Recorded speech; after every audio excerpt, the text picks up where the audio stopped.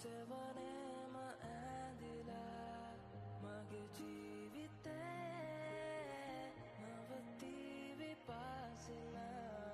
හයි කොහොමද ඔයාලට?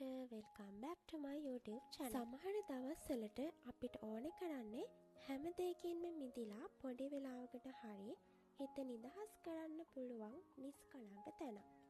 ඉතින් අද මම ආවේ මගේ ගෙදර ළඟ තියෙන හරිම ලස්සන පාක් එකකට.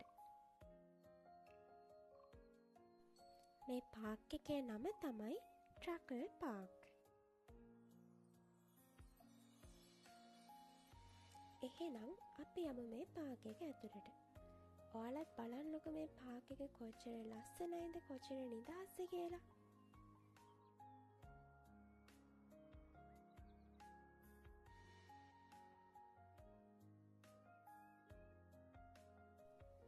පාක් එකේ ඇවිදගෙන යද්දී මට දකින්න ලැබුණ ලස්සන පැරණි කල්පිනිරුවක්. මේකේ ලියලා තිබුණ විදිහට නම් මේ ප්‍රතිමාව සෙන්ට් නිපමුක් මුනිතුමාගේ ප්‍රතිමාවක්. මෙතන ලියලා තියෙනවා 1843 වෙනකම්ම මේක තිබිලා තියෙන්නේ පැරණි මියුලර් පාලම ළඟ. පස්සේ කාලෙක, ඒ කියන්නේ 1958 දී තමයි මේක ලස්සනට ප්‍රතිසංස්කරණය කරලා මේ පාක් එකේ තැන්පත් කරලා තියෙන්නේ. ඊට පස්සේ අපි පාක් එකේ ඇතුළට ගියා.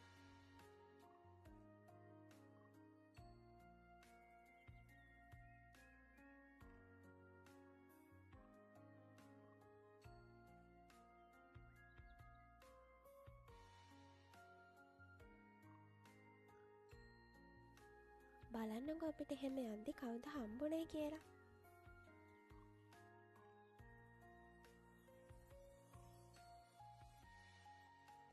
මේ පාක් එකට මං කැමති වෙන්න ලොකුම හේතුව තමයි මෙන්න මේ ලස්සන මල්. ගහකොළ මල් එක්ක ගත කරන එකම එක තප්පරයක් වුණත් කොච්චරනම් වටිනවද කියලා මට ඒ වෙලාවෙදි තේරුණා.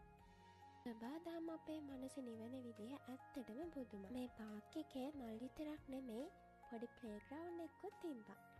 පොඩි ළමයි වගේ පොඩ්ඩක් සෙල්ලම් කරා. මේ වීඩියෝ එක නම් හැබැයි හොරෙන් ගත්ත වීඩියෝ එකක්.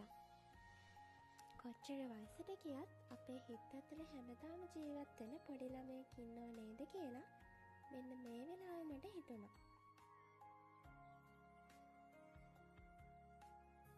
මේ පොඩ්ඩක් නිදහසේ කතා කර ඉඳලා අපි ඊළඟට ගියේ මේ පාක් එකේ ලස්සනම වීව් එකක් පේන ලස්සන තැනකට.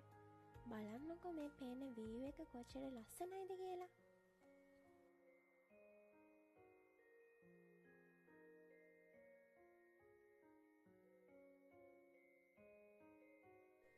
මෙන්න මේ විදිහට තමයි අපි පාක් එකට ගිහිල්ලා ඒ පරිසරයේ සුන්දරත්වය වින්දේ.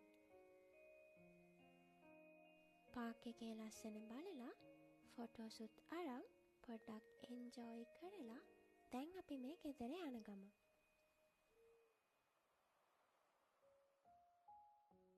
මේ තියෙන්නේ ඉන් රිවර් එක. බලන්නකෝ, හරිම ලස්සන වීව් එකක් තමයි මෙතන තියෙන්නේ.